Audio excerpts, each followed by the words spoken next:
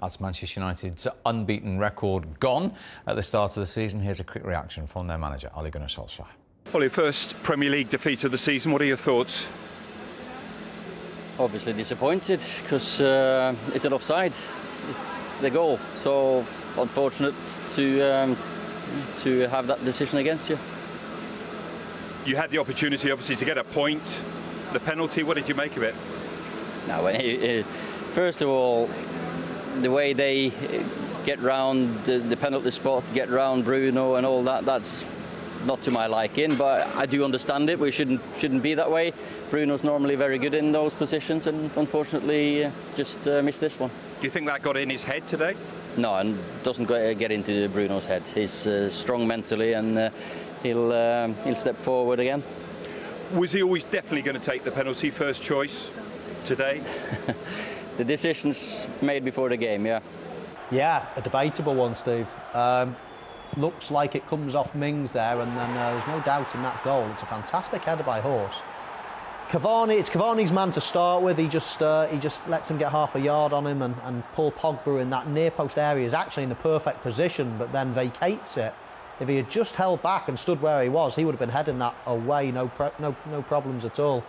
So a couple of little mistakes from Manchester United, and wow, what a fantastic result for those guys. Yeah, Horse involved again here, Sean, with the awarding of the penalty.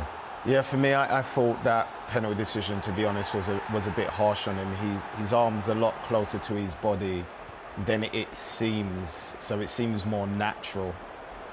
So it's kind of hard to give, but nevertheless, he gets the penalty, and I thought for sure this was a goal. But then when I saw it, I was gobsmacked. I couldn't believe, out of all people, Bruno would have missed that. Is the fact that Ronaldo's on the pitch and there's even a debate looming at all in Bruno Fernandes' head there? Possibly, but it seemed as if they sorted it out before the game, because there was no grabbing the ball off anyone. He picked the ball up quite calmly.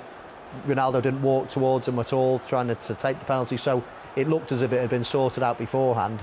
Who takes the next one is probably less of a debate. I would have thought Ronaldo would be picking the ball up next time, but yeah, huge chance obviously in injury time to try to nick a point out of it, but nobody can begrudge Aston Villa their result.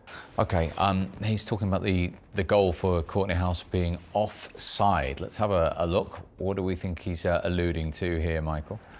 Well, I'm not sure about offside. I mean, it's come from a corner and the ball's been played backwards. You can't be, I don't quite know.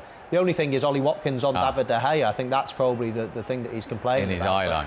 Yeah, but De Gea gets a clean, look at it. I don't think he's blocking his view. We have seen them. We saw a couple of goals actually disallowed at Brighton last week. So, I can understand where he's coming from, but I think that would have been very harsh to disallow for offside. I have to agree with Michael there. It felt to me like he was just searching for something there. It's a superb header, and for me there was nothing in it. It was just a clear goal. Let's have a closer look again, just for those Manchester United fans streaming at the television. Is that a case at all, Michael? Do you know what it is doing? It's making a case for managers to have a rethink about where they put players for set pieces, because as we saw, it was very costly last week. At Brighton, there was 2 goals disallowed, and if and I know there wasn't, but if this was disallowed, you think to yourself, it's a brilliant delivery, a brilliant header of the ball, and for just putting somebody there, then is it worth the risk? Are you going to score enough goals? Do you need to pin the goalkeeper? He's not going to come for much anyway. I would be telling my centre forward, and that's a position I played. It was always my role to stand on the goalkeeper and make it a little bit difficult for him.